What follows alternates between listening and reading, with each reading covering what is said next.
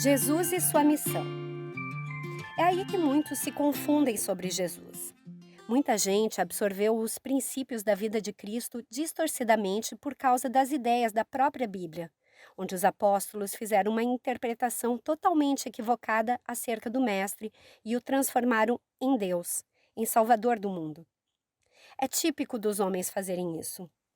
O mesmo ocorreu com Atena, que em determinado momento da humanidade ajudou, assim como Jesus, aos humanos. Por causa desta ajuda e do comportamento iluminado e missão, foi transformada em deusa grega. E foi durante muito tempo adorada e venerada pela cultura daquele povo. Até hoje há quem acredite nisso, que ela é uma deusa, assim como os cristãos do mundo inteiro assumem a ideia de que Jesus é o Deus criador do universo. Definitivamente a humanidade não compreendeu a nossa unidade com Deus. Atena, obviamente, é uma deusa, mas não no conceito religioso, e sim no espiritual, em que ela, assim como todos nós, é parte da energia criadora do universo. Deus é uma consciência inteligente, geradora da vida, e sendo assim, somos parte desta poderosa e infinita força. Sabendo disso, mestres como Atena e Jesus renasceram neste mundo para passar isso às pessoas, e infelizmente foi tudo equivocado. Hoje vemos templos religiosos construídos e milhões de pessoas adorando Jesus como se ele fosse o detentor do poder e da divindade. O mesmo fizeram na Grécia antiga com Atena. Multidões deviam adorá-la sob o mesmo conceito religioso de hoje. Resumindo, não houve tanta mudança no intelecto humano desde aquela época até aqui.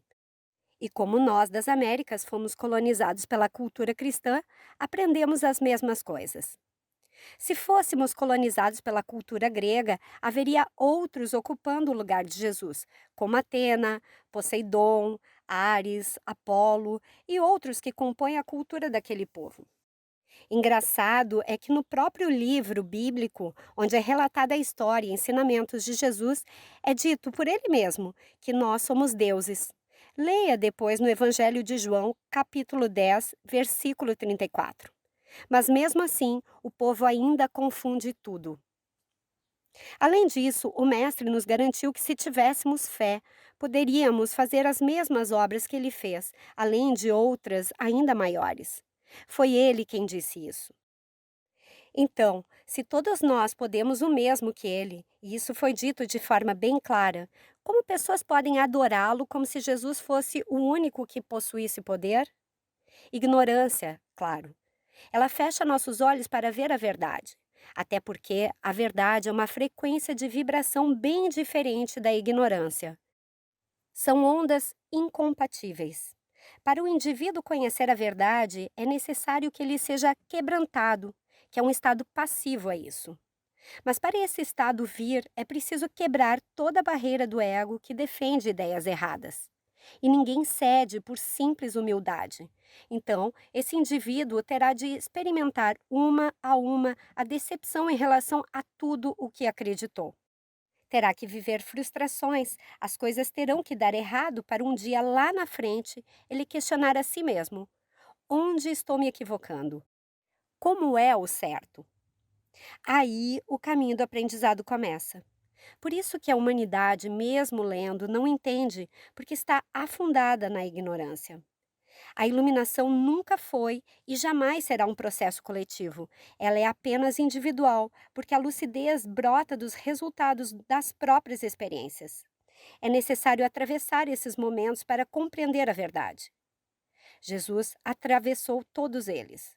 Cresceu com a educação humana da época, mas seu espírito, já preparado para aquela missão de acordo com os fatos de sua vida, foi abrindo-lhe o entendimento. Ele sentia a necessidade de mais, queria aprender mais, ser mais e fazer mais do que a maioria fazia.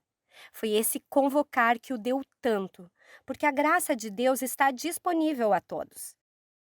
Os segredos do universo não estão lacrados às 7 chaves. Estão num caminho que se chama entrega, estudo. E nem todo mundo quer isso. É como um rico em nossa sociedade atual. O pobre insatisfeito mete a língua, julga, atira pedra nele quando este aparece com um carro importado, com mansões, joias e por aí vai. Só que o pobre invejoso, porque nem todo pobre tem inveja de rico, não para e pensa que se ele tem, é porque fez por onde. Enquanto o pobre invejoso só quer crescer na vida, o que se tornou rico fez mais. Ele se movimentou para isso. Querer ter sem se mover para conquistar é pura ilusão. O mesmo é com Jesus. Ele surgiu todo cheio de sabedoria, poder e conexão com o divino. E o povo lá, todo maravilhado, achando aquilo lindo. Antes disso tudo, teve mais ou menos 30 anos de aprendizado e iluminação, trabalho árduo.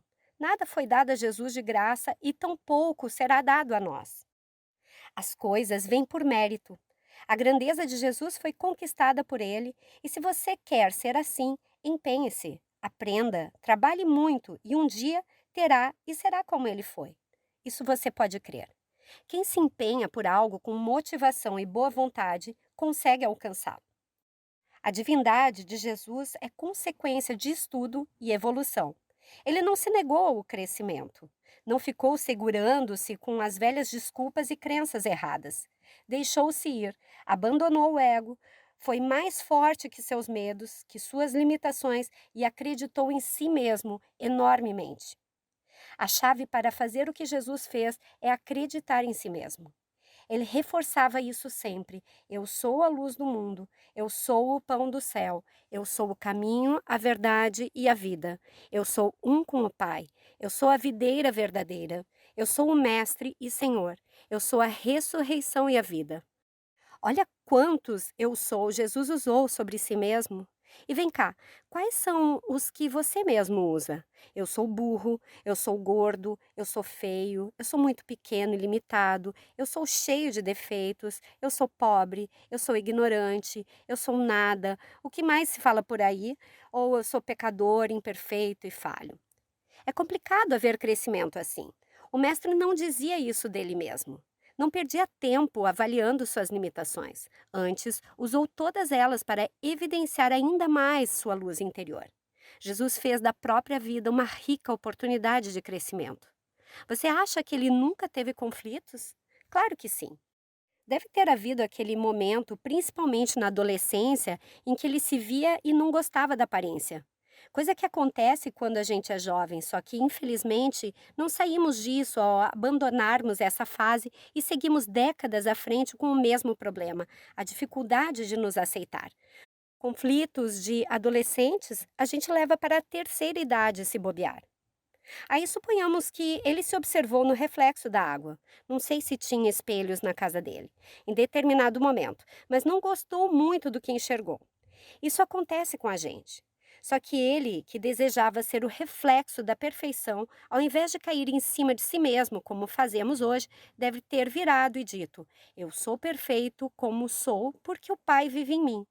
Se eu me sinto mal com minha imagem, deve-se ao fato de eu comparar-me com alguém. Porém, bem sei que o Pai é perfeito na exata forma e medida de cada um. Não vou entrar nessa. E ponto final. A partir desta leitura da coisa, a olhada no espelho se tornou diferente. Isso é apenas um exemplo da postura dele, baseado numa mera suposição. Não disse que isso de fato ocorreu. E dentro dessa suposição, Jesus, sempre que tinha a oportunidade de ver a própria imagem refletida, apreciava-se como sendo a obra perfeita do Criador. Não é se gabando ou se achando o mais belo do mundo, é apreciando a si mesmo com honestidade e amor. E nós, fazemos assim? Não. Cada olhada no espelho é um míssil. Tem 10 virtudes na aparência, mas por causa de 2 defeitinhos acabou. Aí começa: eu sou feio, horroroso, esquisito, porque eu não sou como os outros, as outras. A gente faz isso, infelizmente. Esse é apenas um lado da personalidade humana. Nós temos muitos. Jesus aprendeu a ser positivo consigo mesmo em todos. Só seremos plenos no Espírito de Deus em nós quando aprendermos a ser positivos e amáveis conosco 100%. Isso ainda está um pouco longe de ser a nossa realidade. Fala a verdade. Até rimou. A partir do momento em que a ficha cai, a de que somos a imagem, a semelhança com o Criador, cessam os conflitos. Mas não é saber de intelecto, é conceber na consciência, é assentar e sentir. Você jamais falaria mal de Deus, eu presumo, mas fala ou pensa mal de você. Tenho certeza. E se fala mal de si mesmo, é porque ainda não compreendeu que Deus é você. No dia em que compreender isso de verdade, nunca mais falará mal de si mesmo ou pensará negativamente sobre a sua pessoa. Por isso que nosso poder enfraquece. Ao invés de o potencializarmos, o minamos com a nossa negatividade sobre o canal da divindade de Deus, ou seja, nós. Jesus não fazia isso consigo, não depois que despertou. Talvez ele até tivesse vivido um momento assim, mas não durou muito, porque ele queria ser perfeito como o Pai Celestial é. Quando se quer ser perfeito, não se dá ouvido para as ideias loucas e negativas da mente. Eu estou adorando escrever isso. São reflexões que todos nós precisamos fazer. Você concorda? Jesus entendeu que para se aproximar do Pai, ele tinha que ouvir o próprio coração e seguiu isso fielmente. Sua missão era cultivar a permissão e fé ao máximo, só que não tem jeito de fazer isso sem apoiar a si mesmo. Ele sabia que era assim. Sabia também que quanto mais se dava, mais tinha de Deus nele para doar ao mundo. Para o poder em você se expandir e alcançar o mundo, será preciso que o seu bem e sua apreciação estejam incondicionalmente voltados a si mesmo. Só o bem para si, só o bem para si, só o bem para si e nada mais. Acabou. É isso. Então, qual era a missão de Jesus? Ensinar-nos que somos o mesmo que Deus, é trazer-nos a compreensão do reino de Deus e das riquezas do Pai. Revelar a nós que essa conexão com aquele ser divino que adorávamos tanto do lado de fora, na verdade, é feita do lado de dentro. Quando se tem fé, pode-se realizar qualquer coisa. Jesus quis nos mostrar que somos perfeitos e que basta nos alinharmos com o nosso melhor para evidenciarmos isso na realidade. Não somos pecadores. Não somos desmerecedores do bem. Não somos ruins. Não somos vítimas do diabo. Não somos errados, sujos e indignos de Deus. Ele veio nos mostrar que passamos a nos sentir assim, pois nos afastamos do nosso melhor. Tiraram isso de nós. Em determinado momento, acreditamos nessas mentiras. Ele veio justamente para destruir ideias como as de hoje são ensinadas em nome dele. Que irônico! Somos imagem de Deus e ele nos convocou no Monte das Oliveiras a sermos perfeitos. Se ele convocou é porque ele sabia que podíamos ser, e mais, é porque ele sabia que já somos, que já éramos. Ele fez e deu certo. Sendo assim, todos nós podemos fazer. Jesus não resgatou a humanidade do pecado, apenas semeou a verdade na terra, a de que somos deuses e carregamos em nós o poder. E somos filhos desse poder. Somos herdeiros do universo e não seres castigados por Deus pelo pecado de Adão e Eva. Basta a fé do tamanho de um grão de mostarda, ele disse, para fazer tudo acontecer lindamente. É só isso, um grão de mostarda. E não temos nem isso de fé. E por quê? Porque nos colocamos lá embaixo. Porque destruímos, reprimimos e negamos o tempo todo a essência de quem somos. Não temos o devido valor para nós. Não damos atenção merecida aos nossos sentimentos. Fingimos que nos amamos, pois nos consideramos espiritualistas. Mas lá dentro tem um monte de mentira. Tudo fingimento para parecer bonito. Lá dentro não nos amamos como deveria ser. E como teremos fé se não temos amor por nós? Como vamos manipular os poderes de Deus se nem os mesmos conseguimos resolver conosco? Se tudo nos perturba? Se um mosquito que pousa no nosso prato na hora do almoço nos irrita? Se um probleminha surge, já nos abaixamos pelo medo. E ainda queremos mover montes? Não conseguimos nem ser quem somos de verdade. Como moveremos montes?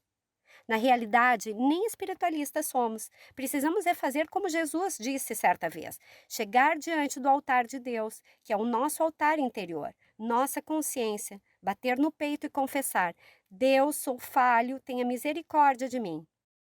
Ele disse que isso é mais honrável do que se gabar, encher-se de discurso, alegando ser um monte de coisa quando a própria vida é uma mentira. Eu tenho certeza que seu dedinho está indo na consciência ao ler tudo isso. Jesus é admirável, eu sei disso. Porém, ele nunca nos passou um modelo que não pudéssemos seguir. Ele sempre reforçou que poderíamos conseguir o que quiséssemos se no Cristo estivéssemos ligados.